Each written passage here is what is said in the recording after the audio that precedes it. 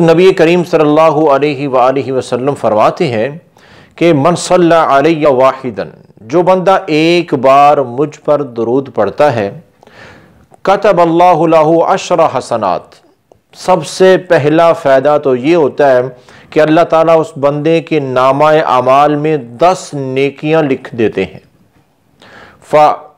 फरमाया कि महा अनहु अशरा सय्यात। नंबर 2 कि उसके नामाए अमाल में जो गुनाह उससे हुए लिखे जा चुके हैं ना, उनमें से अल्लाह ताला 10 गुनाह मिटा देते हैं। उसने माफ़ी को नहीं मांगी गुनाहों की, लेकिन दुरूद की बरकत से 10 गुनाह मिटा दिए जाते हैं। नंबर 3 रफ़ा लहू अशरा दराजात, आपने फरमाया कि उसके जन्नत में 10 दर्जे बुलंद कर दिए जाते हैं, यानी जितना उसका मुकाम जन्नत में है ना, उससे 10 दर्जे बुलंद हो जाता है। और नंबर 4 चौथा दुरूद पाक का बड़ा फायदा क्या है? आपने फरमाया कि सल्लल्लाहु अलैहि अशरन। चौथा बहुत बड़ा फायदा यह है कि अल्लाह ताला उस बंदे पर 10 रहमतें नाजिल फरमाते हैं। और पांचवा बहुत बड़ा फायदा यह होता है कि नबी कायनात सल्लल्लाहु अलैहि वसल्लम ने खुद सजदा फरमाया। सजदे काफ़ी लंबा सजदा आपने किया। उसके बाद जब सजदे से सर उठाया तो आपने फिर सहाबा किराम को बयान किया कि अभी सजदे की हालत में मैं था और मेरे पास जिब्रील अमीन अलैहिस्सलाम, अल्लाह के मुकर्रब तरीन फरिश्तों के सरदार फरिश्ते आए थे और उन्होंने आके मुझे कहा है कि प्यारे नबी सल्लल्लाहु अलैहि वसल्लम जी, जो आपका उम्मती भी आप पर दुरूद पाक पढ़ेगा, मैं उसके लिए दुआ करूंगा। अल्लाह के मुकर्रब तरीन फरिश्तों के सरदार जो फरिश्ता है, वो भी उस बंदे के लिए दुआ करता है जो अल्लाह के रसूल सल्लल्लाहु अलैहि वसल्लम पर दुरूद पाक पढ़ता है। नंबर 6 छठा बहुत बड़ा और बड़ा अहम तरीन फायदा, खुद नबी कायनात अलैहिस्सलातु वस्सलाम फरमाते हैं कि जो मेरा उम्मती मुझ पर मेरी वफात के बाद दुरूद पढ़ेगा, वो जहां भी होगा उसका नाम मुझे बता दिया जाएगा। यानी कि जो बंदा दुरूद पढ़ता है ना, फरिश्ते उस बंदे का नाम नबी कायनात अलैहिस्सलातु वस्सलाम को जाके बताते हैं कि इस बंदे ने आप पर इतनी दफा दुरूद पढ़ा है, ये इस नाम का बंदा है, ये आपका उम्मती। तो ये कितनी बड़ी सआदत मंदी है कि हमारा नाम, मेरे भाइयों बहनों, हमारा नाम हमारे प्यारे नबी अलैहिस्सलातु वस्सलाम की बारगाह में पेश किया जाए, इस हालत में कि हमने दुरूद का हदिया आपकी खिदमत में पेश किया। तो ये बहुत बड़ी सआदत मंदी है और ये बहुत बड़ा दुरूद पाक का फायदा। नंबर 7वां बड़ा फायदा, आप अलैहिस्सलातु वस्सलाम फरमाते हैं कि तुदफा हम्मक, दुरूद पढ़ने वाले बंदे को अल्लाह ताला तमाम किस्म की परेशानियों और गमों से निजात अता फरमाते हैं। अगर परेशानियों में गिर चुके हैं, गमों में डूबे हुए हैं, तो एक बेहतरीन जरिया है इनसे निजात पाने का, और वो है अपने प्यारे नबी सल्लल्लाहु अलैहि वसल्लम पर दुरूद पाक का हदिया पेश करना।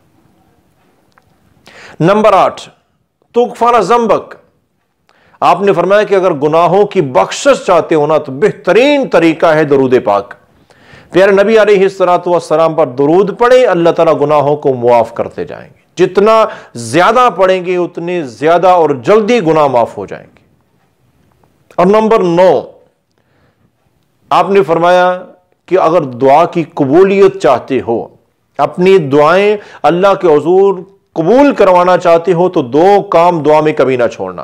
पहला कि अल्लाह की तारीफ, जब भी दुआ शुरू करनी है अल्लाह की तारीफ, और दूसरा मुझ पर दुरूद पढ़ना।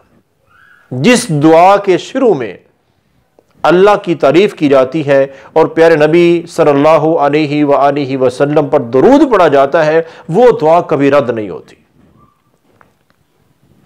और नंबर 10वां बहुत बड़ा फायदा, जिस फायदे तो सारे बड़े से बड़े, एक से एक बढ़कर। अब ये फायदा देखें कैसा। आपने फरमाया कि कयामत को वो बंदा उतना ज्यादा मेरे नजदीक होगा जितना वो दुनिया में रहकर मुझ पर दुरूद ज्यादा पढ़ता रहा होगा। सुभान अल्लाह।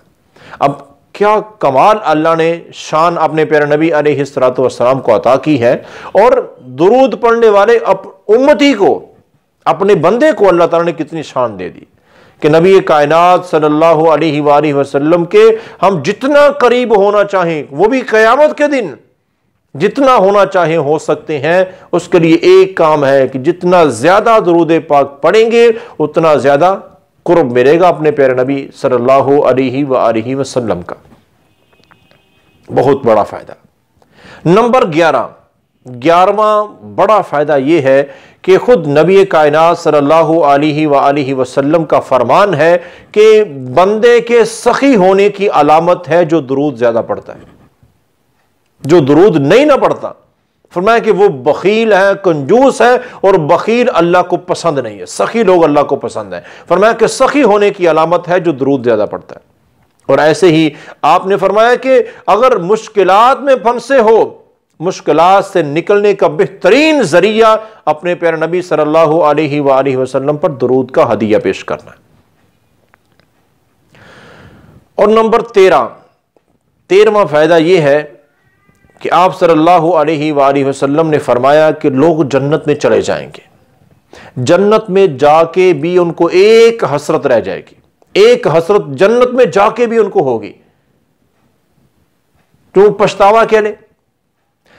फरमाया कि जो लोग दुनिया में रहकर कहीं बैठे, कहीं मजलिस हुई, बातें दुनियादारी की सारी करते रहे, उस मजलिस में उन्होंने अल्लाह का जिक्र नहीं किया और अपने प्यारे नबी सल्लल्लाहु अलैहि वसल्लम पर दुरूद पाक नहीं पढ़ा होगा, वो जन्नत में जाके भी हसरत करेंगे काश कि हम वहां अल्लाह का जिक्र कर लेते उस मजलिस में और अपने प्यारे नबी सल्लल्लाहु अलैहि वसल्लम पर दुरूद पाक का हदिया आपकी खिदमत में पेश कर देते, तो आज जन्नत में मुकाम इससे भी आला मिल जाना था।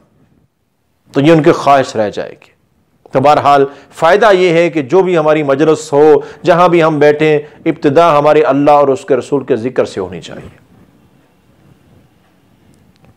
14वां बड़ा फायदा, और यह बहुत बड़ा फायदा है, आपने फरमाया कि मन सल्ला अलैया वाहिदन, जो बंदा मुझ पर एक बार दुरूद पढ़ता है, सल्लल्लाहु अलैहि व मलाइकतुहु सबईना सलातन, अल्लाह ताला और अल्लाह के तमाम फरिश्ते उस बंदे पर 70 बार, अल्लाह ताला 70 रहमतें नाज़िल फरमाते और फरिश्ते 70 बार दुआएं करते हैं उस बंदे के लिए। और फिर आपने क्या फरमाया? फरमाया कि फल युकिल्ला अब्दुम मिन ज़ालिका औ लियुक्सिर, अब बंदे की मर्जी है, चाहे वो ये अमल कम कर ले चाहे ज्यादा कर ले, फायदा बंदे का अपना है। और 15वां और आखिरी, और मैं कहता हूं कि सबसे बड़ा फायदा दुरूद पाक का क्या है? आपने फरमाया कि मन सल्ला अलैया हिना युस्बिहु अशरन व हिना युमसी अशरा, कि जो भी बंदा ये मामूल बना लेता है कि रोजाना सुबह के वक्त भी 10 बार मुझ पर दुरूद पढ़ता है और रोजाना रात को भी 10 बार मुझ पर दुरूद पढ़ता है, अदरकतहु शफाअती यौमल क़ियामा, फरमाया कि क़यामत के दिन वो बंदा मेरी सिफारिश का हकदार बन जाएगा। अब क़यामत का दिन हो और हबीब खुदा सल्लल्लाहु अलैहि वसल्लम अल्लाह के हुजूर सिफारिश करे जिस बंदे की, उसका तो इज्जत के कहने क्या, उसका ठिकाना जन्नत के अलावा है ही कोई नहीं, और जन्नत में बड़ा बेहतरीन ठिकाना मिलेगा उसे। तो इसलिए हमें चाहिए कि हम इन तमाम फवाइद को हासिल करने के लिए अपने प्यारे नबी सल्लल्लाहु अलैहि वसल्लम पर ज्यादा से ज्यादा दुरूद पढ़ें। अब दूसरी बात कि दुरूद पाक के सही अल्फाज क्या हैं, कौन सा दुरूद पढ़ना चाहिए? तो मेरे भाइयों, सबसे बेहतरीन, अफजल तरीन और सबसे बड़ा दुरूद वो है जो अल्लाह ताला ने अपने प्यारे नबी सल्लल्लाहु अलैहि वसल्लम की ज़बानी अपनी इबादत यानी नमाज का हिस्सा बना दिया, जिसे हम दुरूद इब्राहिमी कहते हैं। नमाज में पढ़ते हैं ना, अल्लाहुम्मा सल्ली अला मुहम्मदिन व अला आलि मुहम्मद कमा सल्लैता अला इब्राहीम व अला आलि इब्राहीम इन्नका हमीदुम मजीद, अल्लाहुम्मा बारिक अला मुहम्मदिन व अला आलि मुहम्मद कमा बारकता अला इब्राहीम व अला आलि इब्राहीम इन्नका हमीदुम मजीद। यह है दुरूद इब्राहिमी।